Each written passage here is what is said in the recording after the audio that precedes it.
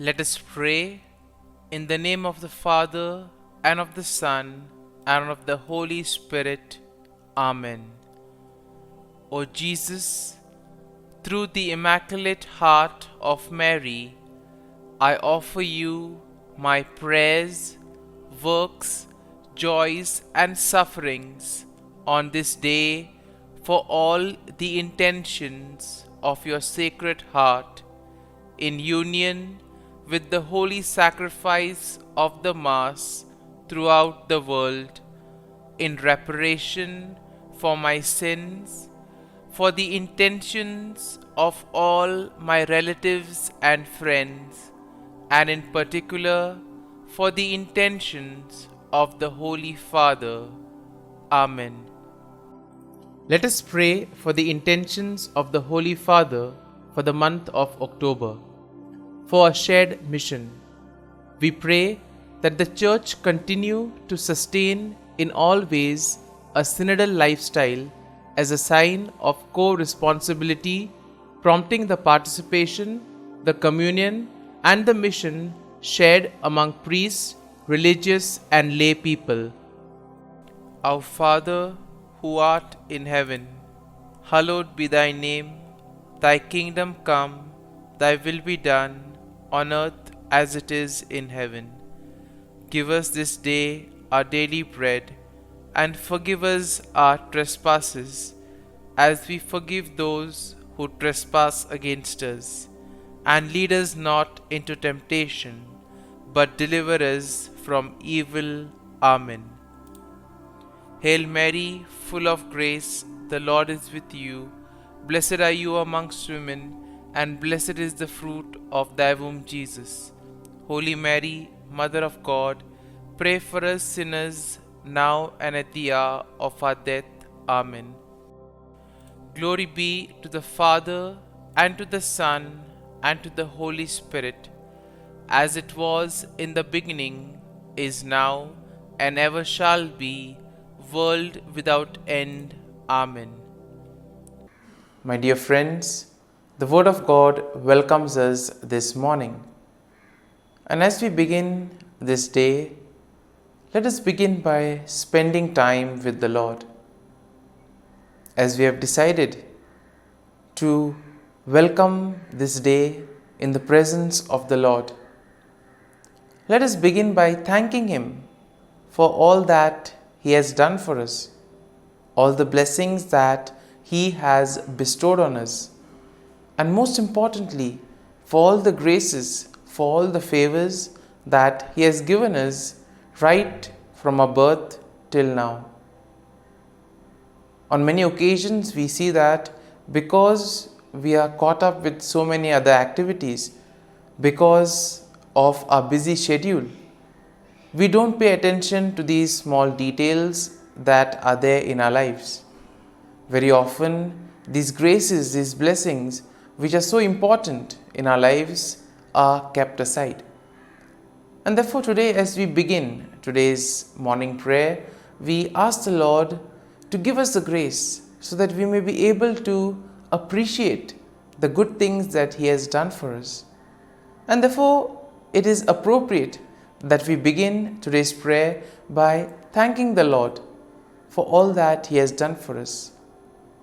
First and foremost, we thank the Lord for the gift of life, for giving us talents, abilities, and various opportunities in our lives.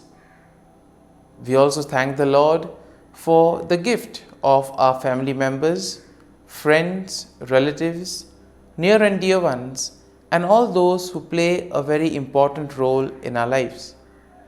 Now we see that there are so many people who have been instrumental in our lives in so many ways.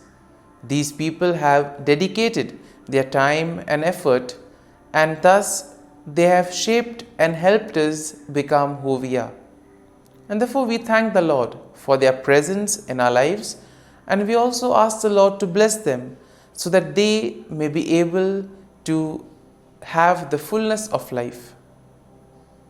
We also thank the Lord for the gift of this day, yet another day that we have been given to make good use of our talents, of our abilities, and more importantly, to make a difference not only in our lives but also in the lives of those around us.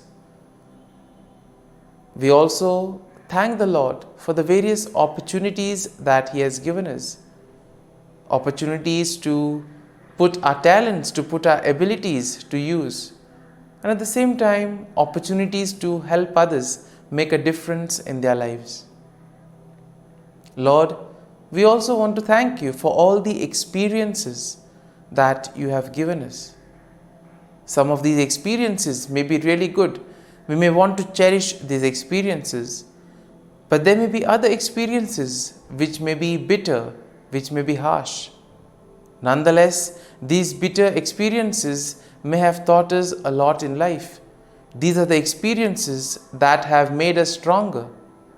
And therefore, Lord, we thank You for giving us these experiences, for making us better individuals, for making us stronger, and thus for preparing us to face the challenges in life. And therefore, my dear friends, as we participate in this morning prayer, let us ask the Lord for this grace that we may be able to radiate His presence to the world around us, that we may be able to become messengers of peace, joy, and love, spreading His message of goodness, spreading His message of peace and love to the world around us. And therefore, let us ask the Lord to accompany us in whatever we do today, so that every action, every word may radiate His love, peace, and joy. My dear friends, let us now reflect and meditate on Psalm 60. As usual, we shall have a general overview of the psalm. We shall, in general, just take a look at what the psalm is exactly trying to tell us. What are the themes that are present in the psalm? And then we shall take a look at the psalm in detail, looking at each of these themes, each of these aspects in detail. And when we have an overview, or when we look at the psalm at a glance, we see that Psalm 60 is a psalm of lament that is attributed to David, and it is believed to be written during a time of distress and defeat, possibly after a military setback. Now we see that setbacks are very common in life, and sometimes it becomes very difficult for us to deal with these setbacks. We have planned something, things don't go according to plan, and therefore we feel disappointed, we lose our faith, our trust and hope. We get disappointed and we are not interested in anything else later on then.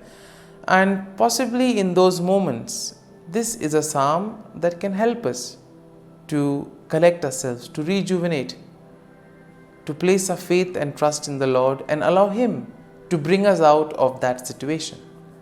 Now, we see that the psalm can be divided in 4 main sections. And in verses 1 to 3, we see that there is an acknowledgement of God's rejection and a plea for restoration. In the second section, we see a reflection of God's past deliverance and a request for His help. And this we will find in verses 4 to 8.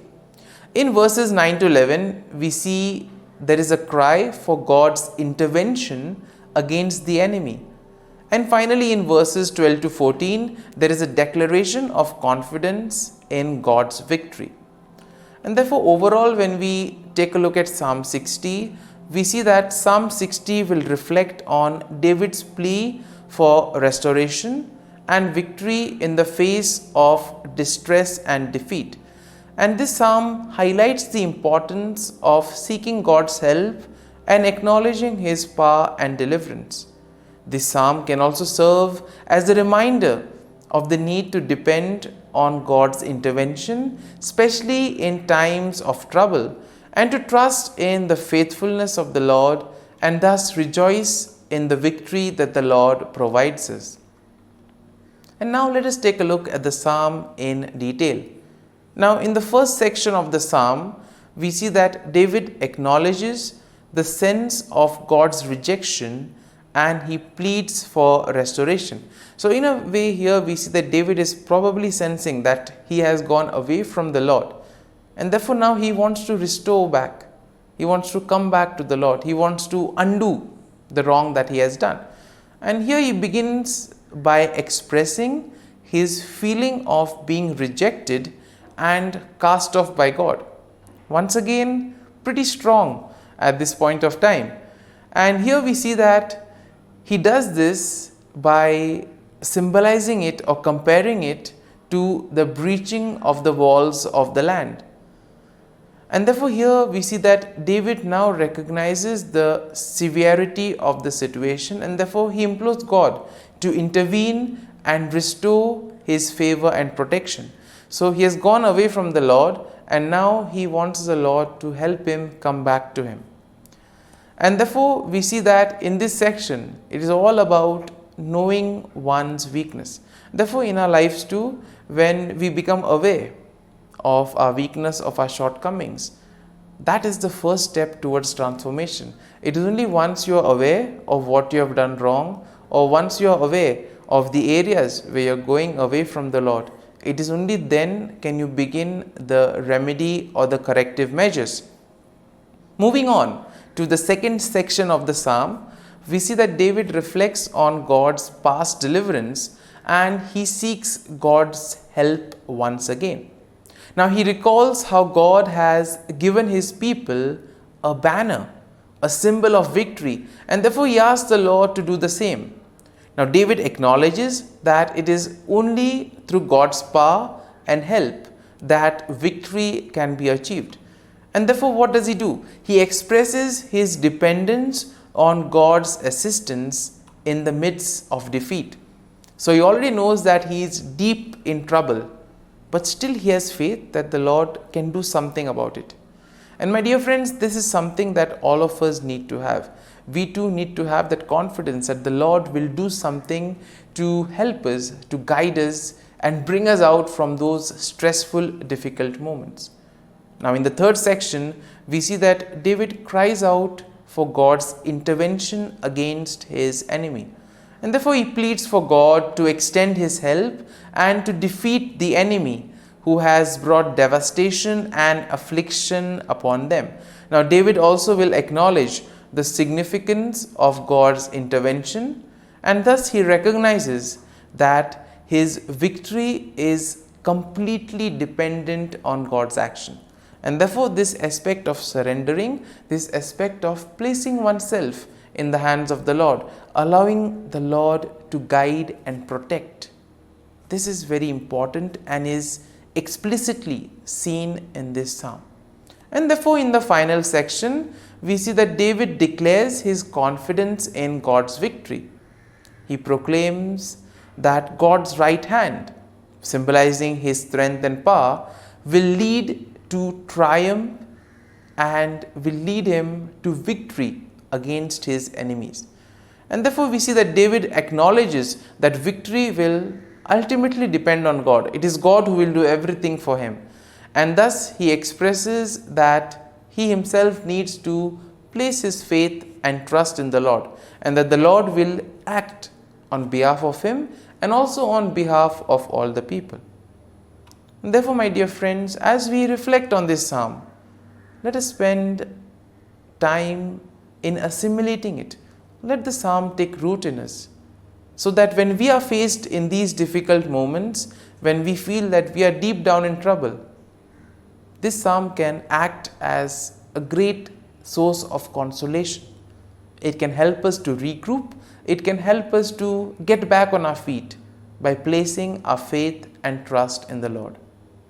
And therefore, my dear friends, as we have reflected and meditated on this psalm, let us now close our eyes at this morning hour and let us thank the Lord. Let us praise the Lord. Let us glorify the Lord. Loving Father, you have given us this time in the morning. You have been gracious to us. You have given us your Son, our Lord Jesus Christ, who has cleansed us from our sin. He has taken away all our sins and He has given us a new life. Lord, we thank You for giving us the Holy Spirit. And therefore, Lord, we ask You to bless us and protect us at every step of the way. Be our guiding force.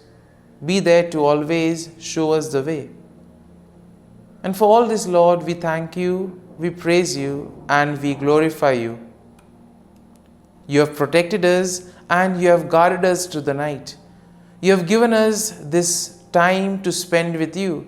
You have woken us up this morning and You have given us good health of mind and body. And for all this, Lord, for Your love, for Your mercy, for Your generosity, we thank You and we praise You, O Lord. You are a merciful God. You have blessed us in so many ways. As we reflect on our blessings, as we reflect on all the good things that have happened to us, as we reflect on our experiences, Lord, we want to thank You. We want to praise You for making us better individuals. And now, my dear friends, let us spend a few moments in silence and let us reflect on the psalm. Let us see what touched us. Could be a word, could be a phrase, or could be a sentence or a thought. Remain with that and allow the psalm to take root in you, so that ultimately your words, your actions will radiate the love, peace, and joy of Christ to the world around.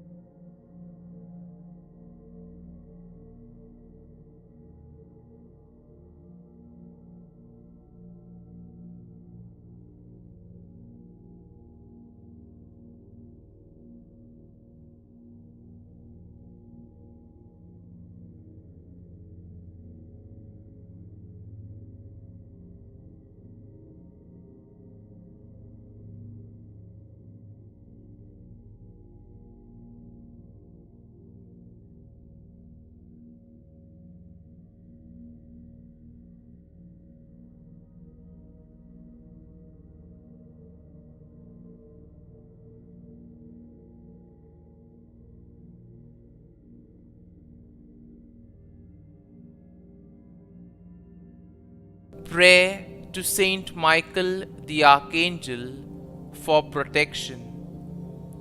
Saint Michael the Archangel, defend us in battle. Be our defense against the wickedness and snares of the devil. May God rebuke him, we humbly pray. And do Thou, O Prince of the heavenly hosts, by the power of God, thrust into hell Satan and all the evil spirits who prowl about the world, seeking the ruin of souls. Amen. Act of Adoration. O Sacrament most holy, O Sacrament divine, all praise and all thanksgiving be every moment Thine. Saint Gertrude Prayer for souls in purgatory.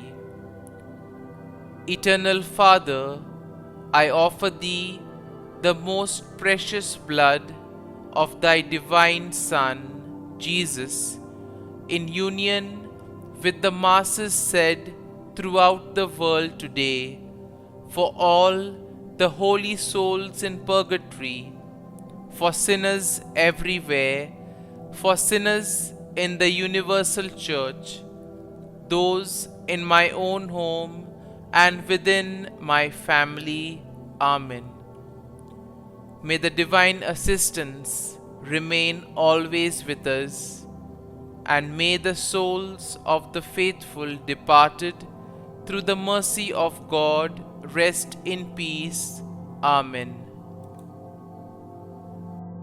Glory be to the Father, and to the Son, and to the Holy Spirit, as it was in the beginning, is now, and ever shall be, world without end.